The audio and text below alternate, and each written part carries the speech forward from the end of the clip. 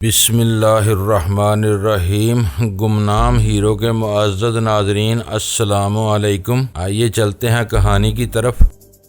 تو ہم اپنے بچوں کا پیٹ کہاں سے پالیں گے؟ افیم کی آمدنی کے بغیر ہم زندہ رہنے کا تصور بھی نہیں کر سکتے۔ ہمارے شیرخوار بچے اپنے ماؤں کی سوکھی چھاتیاں چچوڑ کر لہو لہان کر دیں گے، لیکن اپنے حلق تک تار نہیں کر سکیں گے۔ افیم کی کاشت ختم کرنے پر نقد امداد بھی تو دی جاتی ہے۔ میں نے اس کی بات کاٹ کر کہا، یہ میرے بجائے ان پاکستانیوں سے پوچھو جنہوں نے مردان اور سوابی کے علاقوں میں یہ زخم کھائے ہیں۔ وہ لوگ امداد بھیک کی طرح دیتے ہیں جو پورے ایک سیزن بھی نہیں چلتی۔ زمین اور فصل برباد کرنے کے بعد ان میں سے زیادہ تر بے خانمہ برباد ہو گئے۔ کچھ دوسرے علاقوں میں ہجرت کر گئے اور بعض کو کارخانوں میں چھوٹی چھوٹی نوکریاں مل گئیں، لیکن وہ سب پریشان رہے۔ جو ہوشیار تھے انہوں نے سارے وعدوں پر لات مار کر دوبارہ اپنی زمینیں آباد کر لیں۔ ایسے لوگ دوبارہ خوشحالی کا منہ دیکھ رہے ہیں۔ ہم ان جیسا انجام نہیں چاہتے۔ ہم افیم کے جدی پشتی کاشتکار ہیں۔ ہم اسی میں خوش اور خوشحال رہ سکتے ہیں۔ یہ قدرت کا انعام ہے کہ ہمارے صبر اور شکر کے نتیجے میں اس نے ہمیں ہیروئن کی راہ دکھا دی۔ ہمارے وہم و گمان میں بھی نہیں تھا کہ ہماری فصلیں کبھی اتنی آمدنی دے سکیں گی۔ پہلے یہ اندھی آمدنی لوٹی جا رہی تھی، اب یہاں انقلاب آیا ہے تو تم دیکھنا کہ چند برس میں شنگارا ویلی کس طرح پھلتی پھولتی ہے۔ ان پہاڑوں سے باہر نکلنے کے بعد ہیروئن جو مہلک تباہی پھیلا رہی ہے، اس پر تمہیں کوئی ملال نہیں ہے؟ میں نے چند ثانیوں کے توقف کے بعد اس سے سوال کیا۔ ہمیں ملال کیوں ہو؟ اس نے الٹا مجھ سے سوال کر ڈالا۔ تم سب شہری اور پڑھے لکھے ہو، تمہیں مجھ سے زیادہ معلوم ہوگا کہ افغانستان میں روسیوں نے ہتھیاروں اور بارود کے انبار لگا دیے ہیں۔ وہاں امریکہ وغیرہ سے بھی اندھا دھند جنگی امداد چلی آ رہی ہے۔ ہر ملک یہ خدمت افغانیوں کی عزت اور آزادی کے لیے سر انجام دے رہا ہے، لیکن اس کا نتیجہ کیا ہے؟ ہر گولی افغانوں کو ہی موت کی نیند سلا رہی ہے۔ شنگارا ویلی والے تو کھل کر کہتے ہیں کہ دونوں خونی بیڑیوں میں سے کسی کو افغانیوں یا افغانستان سے محبت نہیں ہے۔ وہ پرائے گھر میں گھس کر اپنی وحشیانہ جنگ لڑ رہے ہیں۔ اس جنگ میں وہ گھر اور گھر والوں کو تہس نہس کیے دے رہے ہیں اور ان کے سر فخر سے اونچے ہیں۔ ہم افیم کو صاف کر کے ہیروئن بناتے ہیں۔ تم چاہو تو تم بھی اپنے نوجوانوں کو اسی طرح ہیروئن سے بچا سکتے ہو جیسے ہم نے بچایا ہوا ہے۔ ساری ہیروئن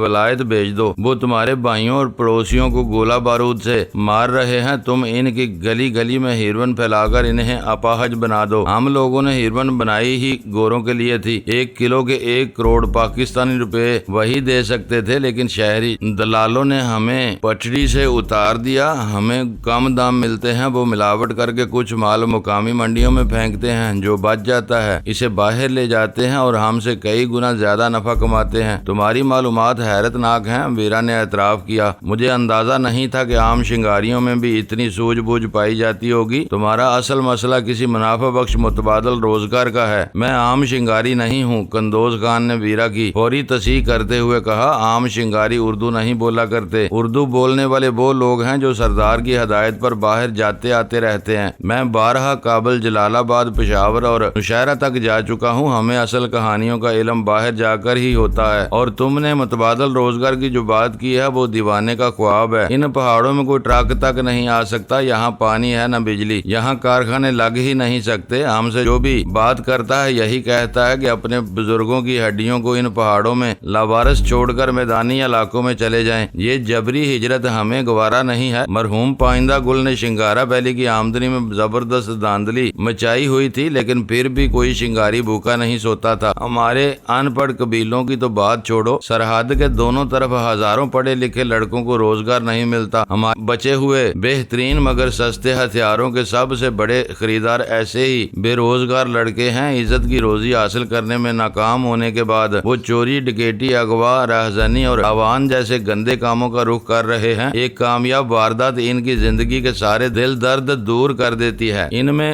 کلاشنکوف بہت مقبول ہوئی ہے۔ تم ہی بتاؤ کہ جہاں پڑھے لکھے مقامیوں کو نوکری نہیں ملتی تو پہاڑوں سے اترنے والے جاہل اور تند خو شنگاریوں کو کہاں روزگار ملے گا؟ یہ اپنا مسکن چھوڑنے کے بعد چور، ڈاکو، رہزن اور قاتل بن جائیں گے۔ ہمارے بوڑھوں کو کشکول تھام کر بھیک مانگنی پڑے گی۔ یہ سب اس قدر بھیانک نظر آتا ہے کہ ہم جہاں اور جس حال میں ہیں بس خوش ہیں۔ ہم کسی قیمت پر در بدر بھٹکنا پسند نہیں کریں گے۔ ہماری قدیم روایتیں خاک میں مل جائیں گی۔ جب شہروں کے اوباش اور لفنگل ہماری عورتوں کو ڈٹائی سے گوریں گے تو ان کی عزتیں تاراج ہو جائیں گی، چاند لاشیں گریں گی۔ کچھ دنوں تک فتنہ فساد چلتا رہے گا، پھر ہماری عورتیں بھی شہر والیوں کے کرتوت اپنا کر ہمارے چہروں پر تھوک دیں گی۔ یہ تمام باتیں کوئی بھی برداشت نہیں کر سکتا۔ اس کی باتیں معقول اور دلائل پر مبنی تھیں۔ شہروں میں بیٹھ کر محسوس ہوتا تھا جیسے تعزیری قوانین سے آزاد قبائل میں رہنے والا ہر شخص افیم کی کاشت اور ہیروئن کی تیاری میں ملوث ہو، موت کی سوداگری کر رہا ہے اور جلد سے جلد زیادہ سے زیادہ کمانے کے جنون میں مبتلا ہے۔ لیکن گالان کے اس آرام دہ کمرے میں قندوز خان نے باتیں کرنے کے بعد مجھے شدت کے ساتھ ان کی مجبوریوں کا احساس ہونے لگا تھا۔ دولت کمانے اور جمع کرنے کی ہوس پائندہ گل اور اس کے چند ساتھیوں کو تو ہو سکتی تھی، ہم شنگاریوں کے لیے وہ عیش و عشرت یا دولت ثروت کا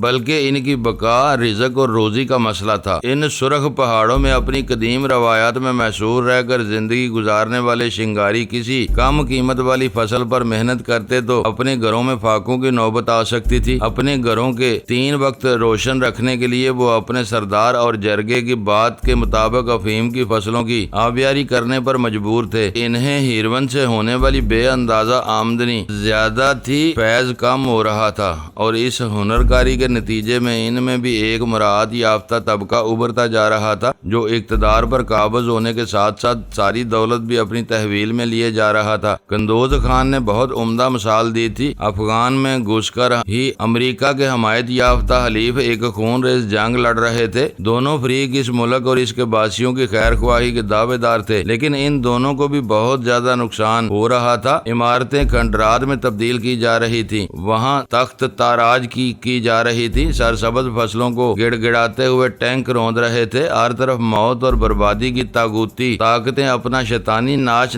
رہی تھیں، لیکن جنگ آزما فریقوں کے علاقوں میں کوئی فرق رونما نہیں ہو رہا تھا۔ کچھ یہی کیفیت شنگارا ویلی میں بھی پائی جاتی تھی۔ پائندہ گل اس وادی کا بزرگ مربی اور سردار ہر آن اپنے لوگوں کی خیر خواہی اور آبرو مندی کے تذکرے جتاتا رہتا تھا، لیکن اس کے مار ڈالے جانے سے ذرا پہلے مجھے بتایا گیا تھا کہ وہ بے ایمان تھا اور وادی کی دولت کو لوٹ کر اپنے گھر میں بھر رہا تھا۔ سبقت اللہ نے اپنے حامیوں کی مدد اور طاقت اور جانی قربانیوں کے نتیجے میں اس نام نہاد خیر خواہ کو مار ڈالا تھا، خود شنگارا ویلی کا سردار بن بیٹھا تھا۔ کون جانتا تھا کہ اس کے جی میں کیا تھا؟ اسے شنگارا ویلی کے مظلوم اور بے مایا انسانوں سے دلی ہمدردی تھی یا اس کی نظریں پائندہ گل کی جیب میں جانے والی پیسے پر جمی ہوئی تھی؟ یہ فیصلہ اس کی زندگی یا کم از کم اس کے عہد سرداری میں ہونے والا نہیں تھا۔ تمہاری باتیں دل کو لگتی ہیں، ویرا اس کی باتوں سے قائل ہو کے کہہ رہی تھی۔ تم لوگ بہت مجبور ہو، تمہارے مذہب کے بارے میں میری معلومات خاصی ناقص ہیں،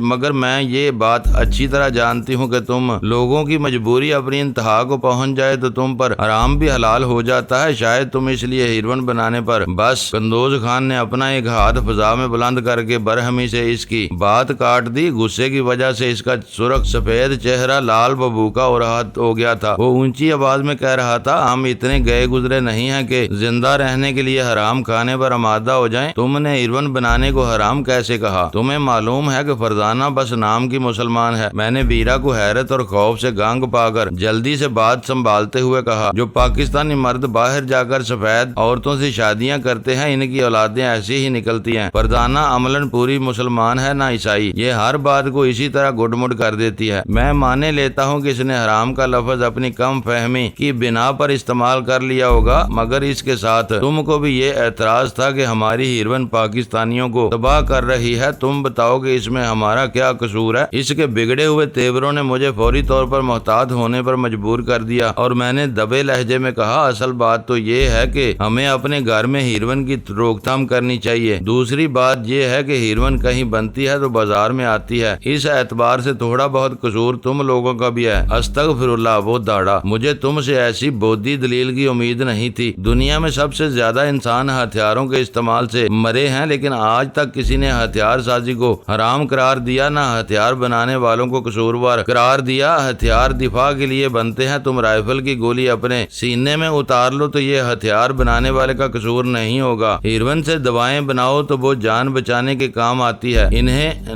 بہادر و نایاب سمجھا جاتا ہے۔ ہیروین دشمن کو پلاؤ تو وہ چند روز میں تمہارا مطیع بلکہ غلام بن جاتا ہے، لیکن تم یہ نشہ اپنے ہی بچوں کو پلانے لگو تو اس میں قصور کس کا ہوگا؟ یہ سراسر تمہارا لالچ اور تمہاری گمراہی ہے۔ تم ٹھیک کہہ رہے ہو، میں نے ہتھیار ڈالتے ہوئے کہا۔ شاید ہماری سوچ ہی بگڑی ہوئی ہے۔ شاید نہیں، یہ یقینی بات ہے۔ اس نے اپنی شہادت کی انگلی زور زور سے لہراتے ہوئے کہا۔ فوج، پولیس، قانون اور طاقت کے ہوتے ہوئے بھی تم کسی برائی کو پھیلنے سے نہیں روک سکتے تو یہ تمہاری اپنی خرابی ہے۔ کل کو تمہارے نوجوان اپنے سینوں میں چاقو کے پھل اتارنے لگیں تو تم چاقو بنانے والوں کو کوسنے لگو گے، ان سے کہو گے کہ وہ اپنا کاروبار بند کر کے بھوکے پیاسے مرنے لگیں۔ یہ عجیب مذاق ہے۔ جس دن تم ہیروین خریدنا بند کر دو گے، پہلے اس کے دام گرنے شروع ہوں گے اور پھر ایک دن ہیروین خود ہی ناپید ہو جائے گی۔ جب تک اس کی منڈیاں اور خریدار موجود ہیں، یہ کام دن بدن ترقی کرتا رہے گا، کیونکہ اس سے ہزاروں آدمیوں کی روزی وابستہ ہے۔ بابا معاشیات آدم اسمتھ نے طلب اور رسد کا جو اصول اپنی کتاب میں درج کیا تھا، وہ قندوز خان کو کسی تعلیم کے بغیر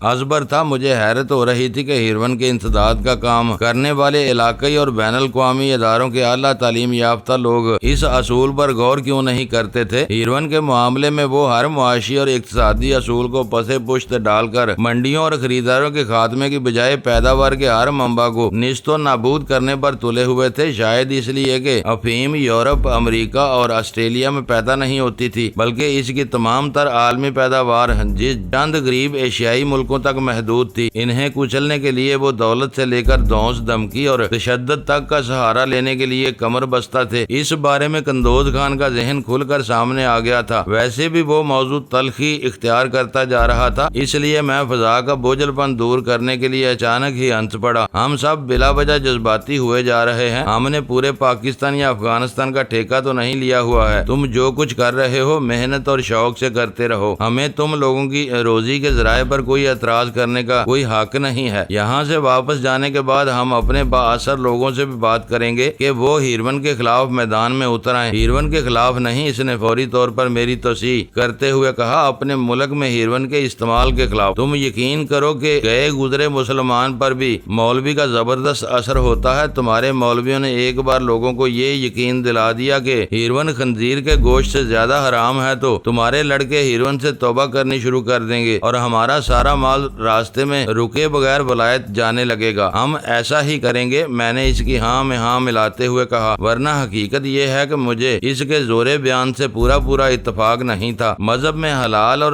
حرام کے درمیان بہت واضح حد فاضل موجود تھی۔ جو اشیاء حرام تھیں وہ سب حرام تھیں، ایسا نہیں تھا کہ کوئی کم حرام اور کوئی زیادہ حرام ہو۔ کچھ لوگ شراب پیتے تھے اور سور کا گوشت نہیں کھاتے تھے، تو اس میں مذہب کے اعتبار سے کوئی خاص نقطہ نہیں تھا، بلکہ اس کا تعلق ذاتی کراہت سے بھی ہو سکتا تھا۔ اس قسم کی کمزور تعویلیں جا بجا شنگاریوں کو متاثر کر سکتی تھیں، لیکن جدید تہذیب و تمدن کا علم رکھنے والے پڑھے لکھے نوجوانوں کو ہیروین اور خنزیر کے مواد سے نہیں ڈرایا جا سکتا تھا۔ تم مولویوں کی بات کر رہے ہو تو معلوم ہو رہا ہے کہ ہم کو بھی پورا مولوی سمجھ رہے ہو۔ سلطان شاہ نے بات سے بات نکالی، موضوع کو کسی اور پٹڑی پر ڈالنے کی کوشش کرتے ہوئے کہا۔ نعوذ باللہ، اس نے اپنا داہنا ہاتھ کان مروڑ کر ہولے سے اپنے رخسار پر اپنی انگلیاں مارتے ہوئے کہا، برا سا منہ بنا کر بولا، یہ تم نے کہہ دیا۔ کل رات میں برتن لینے آیا تو وہاں شراب کی بوتل موجود تھی۔ مجھے معلوم ہے کہ فرزانہ اور ڈینی شراب بھی ہیں، ان کو احمق مولوی سمجھ سکتا ہے، پھر ان کی بوتلیں کہاں ہیں؟ سلطان شاہ نے بے تکا سوال کیا اور سب لوگ ہنس پڑے۔ اوہ، تم ٹھیک کہہ رہے ہو، باتوں میں الجھ کر میں یہ بھول گیا تھا۔ قندوز خان سٹپٹا کر بولا، تم لوگوں پر رات بہت باری گزری ہے، پھر صبح لڑائی چھڑ جانے کی وجہ سے ناشتہ یا کھانے کی نوبت بھی نہیں آ سکی۔ مجھے تمہارے لیے کچھ نہ کچھ بندوبست کرنا چاہیے تھا، کیونکہ باقاعدہ کھانا رات گئے تک ہی مل سکے گا۔ تم فکر نہ کرو، ہم لوگ بھوک کے کچے نہیں ہیں۔ سلطان شاہ بے پرواہی سے بولا، کھانا ملنے تک ڈرائی فروٹ ٹھونک کر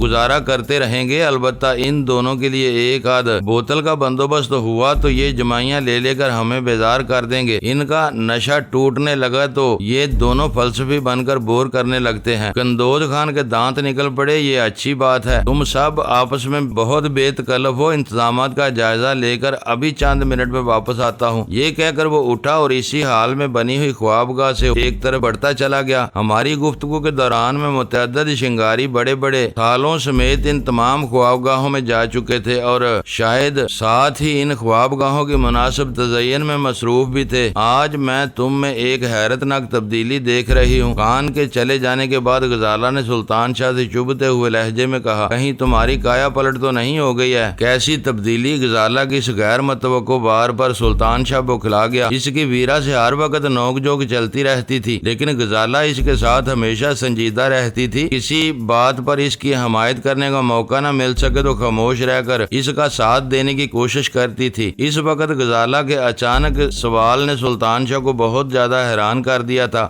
باڑے سے نجات ملنے کے بعد تم خود فرزانہ کے لیے واڈکا بوتل اٹھا کر لائے تھے، اور اب تم نے دوسری بار اس کے لیے اس کا بندوبست کرنے کی بات اٹھائی ہے۔ مجھے دال میں کچھ کالا نظر آ رہا ہے، غزالہ بولی۔ میں نے ڈینی کا بھی نام لیا تھا، سلطان شاہ مدافعانہ آواز میں۔ میری جوتی کو بھی فرزانہ کی پرواہ نہیں ہوتی، تو پھر دال میں کالا کیا؟ یہ تمہاری غلط فہمی ہے۔ جوتی کو پرواہ ہو بھی نہیں سکتی، میں نے غزالہ کی بات اچک کر مسکراتے ہوئے کہا، کیونکہ ابھی تک ہم چاروں ننگے پاؤں رہے ہیں۔ معلوم ہوتا ہے کہ فرزانہ کے لباس میں سے کیڑے نکالتے نکالتے تم دونوں میں کسی نہ کسی قسم کی مصالحت ہو چکی ہے۔ بہتر ہوگا کہ تم خود ہی اس معاملے پر روشنی ڈال دو۔ میں فرزانہ کے لیے صبح بوتل اس لیے لایا تھا کہ اس کی حوصلہ افزائی کر سکوں۔ اس وقت ہم میں سے کسی کو بھی جنگ کا معلوم نہیں تھا، یہ ترنگ میں آئی ہوئی تھی اور میں اسے لمبی جنگ کے لیے تیار کر رہا تھا۔ سلطان شاہ نے کھسیائے ہوئے انداز میں وضاحت کرنے کی کوشش کی۔ اور اس وقت فرزانہ کو کیوں پلانی چاہتے ہو؟ میں نے نکیلے لہجے میں سوال پوچھا۔ فرزانہ کی نہیں، میں نے تم دونوں کی بات کی تھی تاکہ موضوع بدل سکے۔ اس وقت تم بھی یہی چاہ رہے تھے، وہ بے بسی کے ساتھ بولا۔ معلوم ہوتا ہے کہ فرزانہ نے تم دونوں کو بھی اپنے ساتھ ملا لیا ہے۔ یہ کوئی نئی بات نہیں ہے، اس بار ویرا بول پڑی۔ ہم تینوں ایک دوسرے سے ملے ہوئے ہیں، بس تم ہی مجھ سے بدکتے ہو۔ صبح ہونے سے پہلے باڑے میں خشک اور گندی گھاس میں کیڑے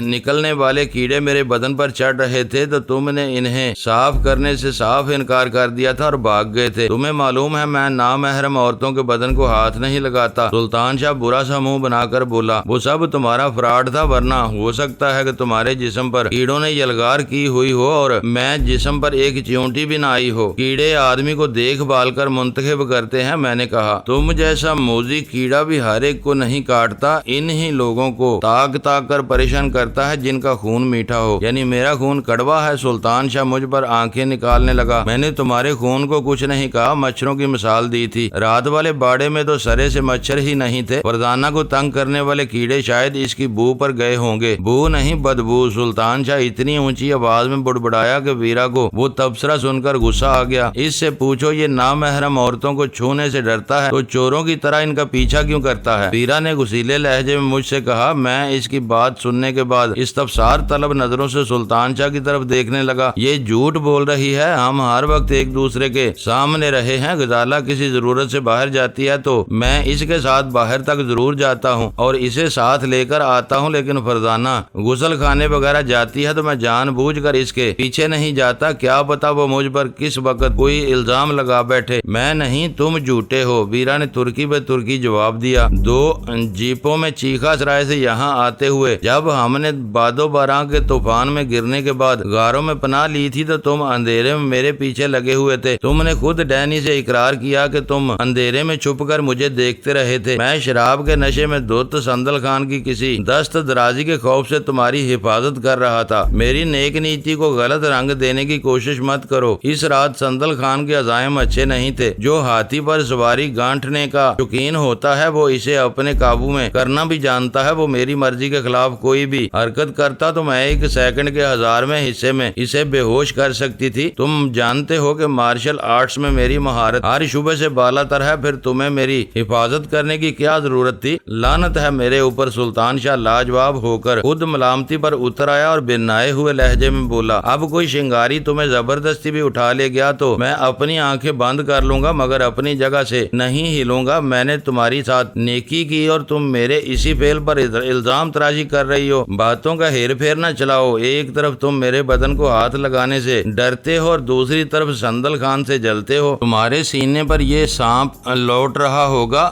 کہ میں اس کے بجائے تمہارے ساتھ جیب میں کیوں نہیں گئی۔ یہ کھلی کھلی رقابت تھی، وہ تو غنیمت ہوا کہ میں نے اسے قابو میں کیے رکھا۔ وہاں ذرا سی بھی بے اعتدالی ہوتی تو تمہیں اپنے رقیب کو مارنے کا ایک معقول بہانہ مل جاتا، اسے کمزور پڑتا کرتا دیکھ کر ویرا حاوی ہونے کی کوشش کرنے لگی۔ لا حول ولا قوت۔ سلطان شاہ اپنا سر جھٹک کر گرایا۔ اگر میں سندل خان کو اپنا رقیب سمجھ رہا تھا تو پھر باڑے میں نے تمہاری دل جوئی کی کوشش کیوں نہیں کی؟ تمہارے تو پورے لباس میں کیڑے ہی کیڑے گھس گئے تھے۔ اصل بات یہی ہے۔ ویرا ایک ایک لفظ پر زور دیتے ہوئے بولی۔ تمہارے رویے میں یہ تضاد کیوں ہے؟ میں اسی کا سبب جاننا چاہتی ہوں تاکہ تم سے اپنے مراسم اسی کے مطابق رکھوں۔ شاید میں پاگل ہوں جو بلا وجہ تم سے ہمدردی کرتا پھرتا ہوں۔ وہ بیزاری کے عالم میں بولا۔ میری خطا معاف کر دو، آئندہ میں محتاط رہوں گا۔ تم چاہو تو ابھی اور اسی لمحے سندل خان کے پاس جا سکتی ہو۔ یہ سندل خان کا کیا ذکر ہو رہا ہے؟ اچانک میرے عقب سے قندوز خان کی آواز ابھری۔ شاید اس نے واپس آتے ہوئے سلطان شاہ کی زبان سے سندل خان کا نام سن لیا تھا۔ وہ اچھا آدمی تھا اور ہمارا دوست بن گیا تھا۔ میں نے کہا پتہ نہیں اب وہ زندہ ہے یا مارا جا چکا ہے۔ اسے میں نے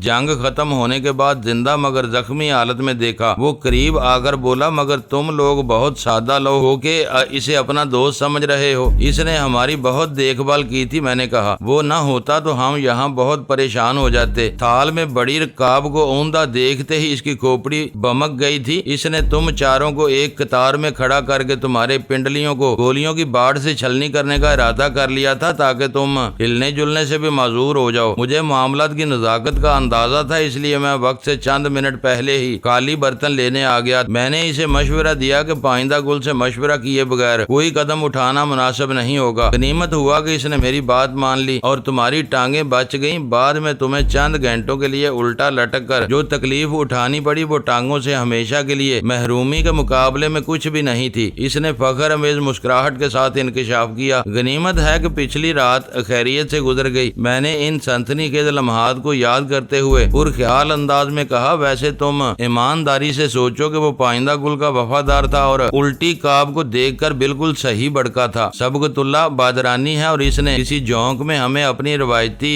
طریقہ اختیار کرنے کی ہدایت دے ڈالی تھی اور سندل خان الٹی کاب کا مطلب اچھی طرح جانتا تھا۔ تم اس کی جگہ ہوتے تو تمہارا رد عمل شاید اور بھی شدید ہوتا۔ اس اکلوتے واقعے کے علاوہ سندل خان شروع سے آخر تک ہمارے ساتھ بہت مہربانی سے پیش آتا رہا تھا۔ تم اس سے اتنے ہی مانوس ہو تو فکر نہ کرو، اسے تمہاری خدمت پر مامور کر دیا جائے گا۔ اس کی آواز میں ہلکی سی تلخی پیدا ہو گئی۔ جنگ کا فیصلہ ہو جانے کے بعد اب وہ نئے سردار کا وفادار ہو چکا ہوگا، یہ کہہ کر وہ واپس مڑ گیا۔ آؤ اب اپنے کمروں میں آ کر آرام کرو، وہاں تمہاری آسائش کی ہر چیز موجود ہے۔ ہم چاروں خاموشی سے اس کے پیچھے ہو لیے۔ وہ ایک سمت کے درمیانی دروازے میں داخل ہوا تو ہم اس کے ساتھ تھے۔ گالان کے معیار کے مطابق وہ واقعی ایک شاندار خوابگاہ کہی جا سکتی تھی۔ جس طرح وہ قبائلی عام لوگوں کے مقابلے میں جسیم اور قدآور تھے، اسی طرح ان کے یہاں ہر چیز ضرورت سے زیادہ بڑی ملتی تھی۔ بڑے بڑے کمرے، سونے کے لیے بڑے تخت، کھانے کے لیے 4 کے برابر ایک تنوری روٹی، لباس اتنے ڈھیلے ڈالے کہ ان میں بیک وقت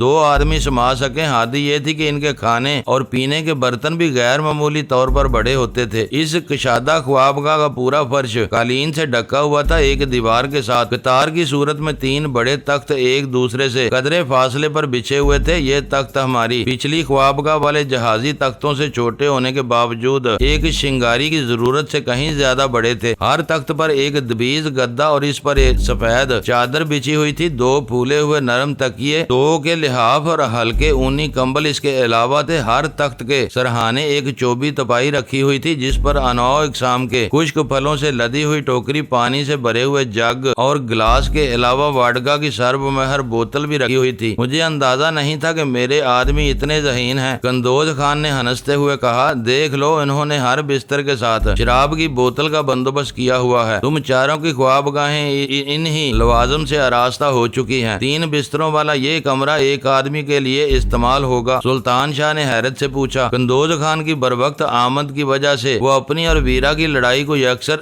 فراموش کر چکا تھا۔ ہمارا کوئی مہمان اکیلا نہیں آتا، اس کے ساتھ ایک محافظ یا خدمتگار ضرور ہوتے ہیں جو دن رات اپنے مالک کے ساتھ رہتے ہیں۔ اسی وجہ سے تمہیں یہاں 3 بستر نظر آ رہے ہیں، ورنہ حقیقتاً یہ ایک مہمان کا کمرہ ہے۔ 4 بڑے بڑے کمرے اور 12 بوتلیں، غزالہ تہیہ زدہ آواز میں بڑبڑائی۔ اتنا عیش و آرام ہمیں راس نہیں آ سکے گا۔ میرا تو خیال ہے کہ اسی کمرے میں ایک بستر کا اضافہ کر دیا جائے تو ہم چاروں آرام سے گزارا کر سکتے ہیں۔ ویرا نے فوراً ہی غزالہ کے خیال کی تائید کی اور قندوز خان عجیب انداز میں ہنس پڑا۔ مجھے محسوس ہوا کہ اس کی ہنسی میں تضحیک کا خفیف سا عنصر شامل تھا۔ تھا، شہر والے سب لوگ ایک جیسے ہوتے ہیں۔ ہنسنے کے بعد وہ سنجیدگی سے بولا، عبد الرحیم خان کی میت پر شہروں سے پائندہ گل کے 3 مہمان آئے تھے تو وہ بھی ایک ہی کمرے میں رہے تھے۔ انہیں بڑے بڑے اور خالی کمروں سے خوف آ رہا تھا، تم بھی شاید ڈر رہے ہو، لیکن یقین رکھو کہ گالان میں تم سب محفوظ و مامون ہو، تمہاری عورتوں تک پر کوئی بری نگاہ ڈالنے کی جرت نہیں کر سکے گا۔ سب جانتے ہیں کہ اس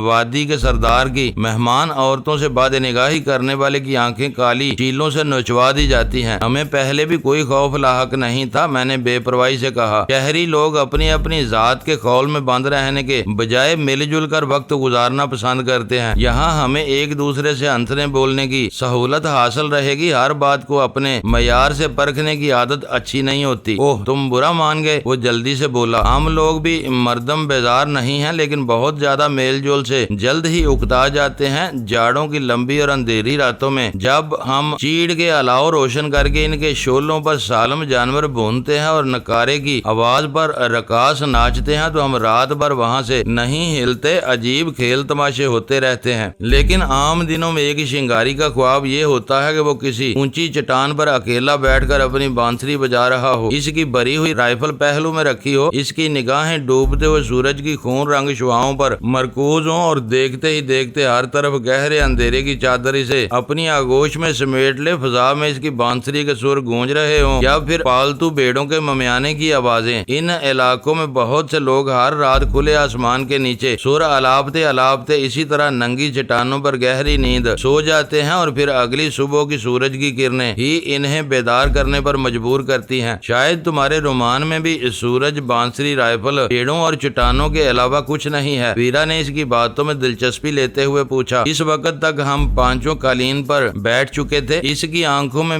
بے نام سی اداسی اتر آئی۔ تم ٹھیک کہہ رہی ہو، یہاں رہنے والوں کے رومان کی انتہا یہی ہے، کیونکہ غیر منکوحہ عورت یہاں شجر ممنوع ہے۔ پہاڑوں میں مقید زندگی گزارنے والے اسی خشک اور تنگلاخ رومان کے عادی ہیں، لیکن باہر آنے جانے والوں کو یہ سب بہت بے کیف معلوم ہوتا ہے۔ اس وقت میرا ذہن پائندہ گل کے ان 3 مہمانوں میں الجھا ہوا تھا جو عبد الرحیم خان کی میت پر آئے تھے۔ قندوز خان کی زبان سے ان کا ذکر سنتے ہی میرا ذہن بدرو دادا کی طرف بھٹک گیا تھا۔ گالان کے حالات ڈرامائی طور پر بدل چکے تھے اور ہمیں وہاں سے آزادی ملنے کے آثار بھی پیدا ہو چلے تھے، مگر پھر بھی مجھے خلش تھی کہ بدرو دادا نے میری حمایت میں کوئی پیش رفت نہیں کی تھی۔ اس کی طرف سے مکمل خاموشی سے ایک ہی نتیجہ اخذ کیا جا سکتا تھا کہ عبدل اور ولی نے ہم سے مار کھانے کے بعد انتقام کے طور پر اپنے آقا کو ہمارے بارے میں آگاہ نہیں کیا تھا۔ ویرا نے قندوز خان کی کمزوری بھانپ لی تھی اور شہروں کی ملی جلی رونقوں کے حوالے سے اس کے محروم جذبوں سے بہت بے رحمی سے کھیل رہی تھی۔ میں خاموشی سے کسی وقفے کا منتظر رہا اور موقع ملتے ہی گفتگو میں اپنی ٹانگ اڑا بیٹھا۔ چھوٹے خان کی تدفین میں باہر سے شرکت کرنے والوں میں بدرو بھی رہا ہوگا، وہی تو اپنے ٹرک پر لاش کو چیخا سرائے تک لایا تھا۔ قندوز خان نے بلا توقف جواب دیا، وہ ہمارے لیے بھی بہت اہم آدمی رہے گا، مگر تم اسے کیسے جانتے ہو؟ وہ میرا بہت پرانا دوست ہے، اسے علم ہو جاتا کہ آئندہ گل میرے پیچھے لگا ہوا ہے تو وہ درمیان میں پڑ کر مصالحت کی کوئی نہ کوئی راہ نکال ہی لیتا اور ہمیں یہاں تک کا سفر نہ کرنا پڑتا۔ پشاور سے اس کا پیغام آیا ہوا ہے۔ وہ چونک کر بولا، وہ پائندہ گل سے ملنا چاہتا تھا، ہم لوگ اپنے معاملوں میں مصروف تھے، اس لیے جواب میں خاموشی اختیار کر لی۔ وہ کسی بھی وقت چیخا سرائے پہنچ سکتا ہے۔ سردار سبقت اللہ کو حیرت ہے کہ وہ اتنی کم مدت میں دوبارہ یہاں کیوں آنا چاہ رہا ہے۔ اب بات سمجھ میں آئی کہ وہ تمہارے لیے سفارش لے کر آیا ہوگا۔ اسے کیا پتا کہ پائندہ گل بیچارہ اب مرحوم و مقبور ہو چکا ہے۔ میری اور قندوز خان کی گفتگو کے دوران میں ویرا کو موقع مل گیا اور اس نے پھرتی کے ساتھ ایک بوتل کھول کر 3 گلاس صاف کر لیے۔ اس نے 2 گلاس تیار کر لیے لیکن تیسرے کو خالی رہنے دیا۔ میری اس سے ملاقات نہ ہو سکے تو تم اسے میرا سلام پہنچا دینا۔ تم سے معلومات حاصل کرنے کے بعد وہ ہماری پوری کہانی سمجھ جائے گا۔ یہاں گھنٹیوں والا قصہ نہ چل پڑا ہوتا تو ہماری ساری امیدیں اسی کی ذات سے وابستہ تھیں۔ مجھے راستے میں معلوم ہوا کہ ہمیں اغوا کر کے یہاں لانے کے لیے اسی کا ٹرک اور عملہ استعمال کیا گیا تھا۔ یہ بات کراچی میں ہی معلوم ہو جاتی تو بات وہیں نمٹ جاتی۔ فرزانہ خانم تیسرا گلاس بھی بھر دو۔ قندوز خان نے ویرا کے پس و پیش کو سمجھتے ہوئے کہا، میں تمہیں بتا چکا ہوں کہ جو شنگاری اردو بول لیتے ہیں ان کا باہر آنا جانا لگا رہتا ہے اور ان پہاڑوں سے باہر نکلنے والے شراب کے جادو سے کسی طرح نہیں بچ سکتے۔ تھوڑی دیر تک میں بھی تمہارا ساتھ دوں گا۔